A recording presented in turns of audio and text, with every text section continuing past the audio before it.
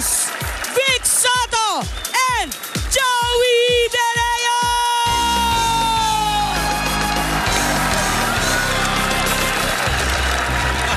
Balikbayan.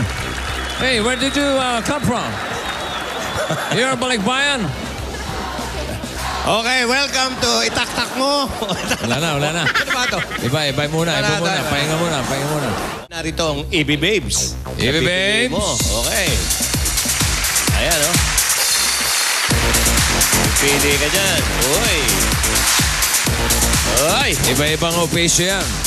Pili ka ng opisyo. Ano gusto mo? Nurse. Nurse na dancer. May police. Police na dancer. Police na dancer. Ikaw man, ano ka? Ha? Wala lang? Wala. Loka-lokan dancer. Loka-lokan dancer. Yan lang yan. Okay. May bonus ka dyan. Sinong type mo? Number 6 kay Molly po. Sila? Ano? Number 6. Yung nurse. Halika Uy, rito. si Terry Honor. Okay. Number 6. Okay. Gusto mong check upin muna yung pulso niya, no? Bakit siya napili mo? Pwede bang malaman? Baliktad po ng number 9. Pwedeng sumisirko. Kasi po yung birthday ko po, 9. Tsaka yung ginagawa mo, mga sirko-sirko. Nagbe-breakdancing ka rin? Po. Nagbe-breakdancing ka rin? Noon po. Noon? Hindi na. Doon ka na lang sa mga... Baliktaran nga naman pala yan. No? Okay. Yung 25,280 mo ay... Boy, madadagdagan. Plus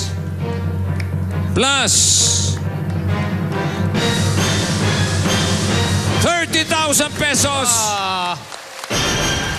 Ba? Ibig sabihin, ang total na price mo ay 55,280 pesos. Bakit? Masama? Gusto mo maging balingkinita ng katawan mo, no? Ano ka ba? Papunta na ako doon. Sino nga ba ang balingkinitan sa EB Babes? Ay nako, yun nga ang itanong natin sa mga kapitbahay natin. Ayun ang meron chismis silang- ngayon. Oo, no? Sino ang may pinakamaliit na bewang sa EB Babes? Sino ba? Ay nako, balita ko si ano daw. Hindi yata? Sino? Ano daw? Ano? Naghuhuntahan na naman kayong dalawa dyan. Hoy, si Mang at saka Luding. Bago kayo magkwentuhan, magchismisan dyan, alamin nyo muna kung sino kaya ang pwedeng manalo mamaya. At paano yan? Sa pamamagitan nito. Aalamin natin mamaya, ika-confirm natin kina May, Madel at Joyce kung ano talaga, kung sino ang may pinakamalaking sukat ng bewang. Pinakamaliit, pinaka-sexy. Sino kaya? Ito kaya si May? Ito kayang si Madel? O ito kayang si Joyce? Meron pang diamante. Tingnan natin kung sino sa kanilang tatlo ang may pinakamaliit na bewang. At ngayong Sabado, buhay na buhay po ang musika ng ating Dabarkads na si Kiko Francis Magalona. Ano ba yan? Oh, yan ba yung sinasabi mo? Sino ba yan? O ngayon na, malalaman na natin kung sino sa EB Babes na may pinakamaliit na bewang. Ay di alamin na natin kay Kapitana. Agad-agad! Kapitana! Compare! Sa mga mahilig gumawa ng kwento, ito ang totoo. Sukatin natin mga bewang ng tatlong ito. Joyce. 24. O si May. 23. Eto namang si Madel. Feeling ko itong pinakamalit si Madel. Up! 24! Ibig sabihin mga Dabarkads, confirm! Si May ang may pinakamaliit na bewang sa kanilang tatlo. O alam nyo na kung anong sagot. Dahil alam nyo na, i-text lang po sa paraan at sa mga numero nakikita nyo po sa screen. Ngayon din para manalo ng 20,000 o kaya naman maging isa sa 10 mananalo ng 1,000 pesos na load. Alam nyo na kung anong sagot. M-A-Me, spelled M-A-E, May. Yeah, that's you! O siya, Dabarkads, jackpata na sa Supula. Sabon Sabi na sa'yo na ang maliit na bewang si May. Si May? O, pasalamat sila. Eto, ano pa yan? No, malapit na. Ayan, ito. Dibubunot na tayo. Ito na first.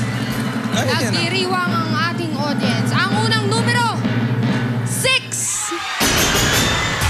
At ang pangalawa, 6. 4.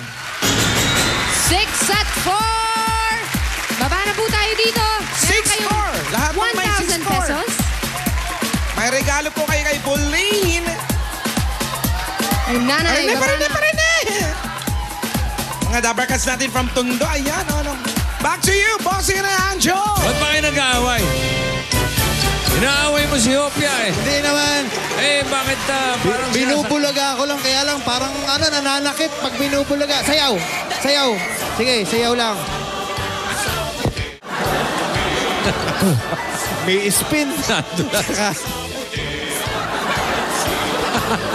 Hip-hop ka.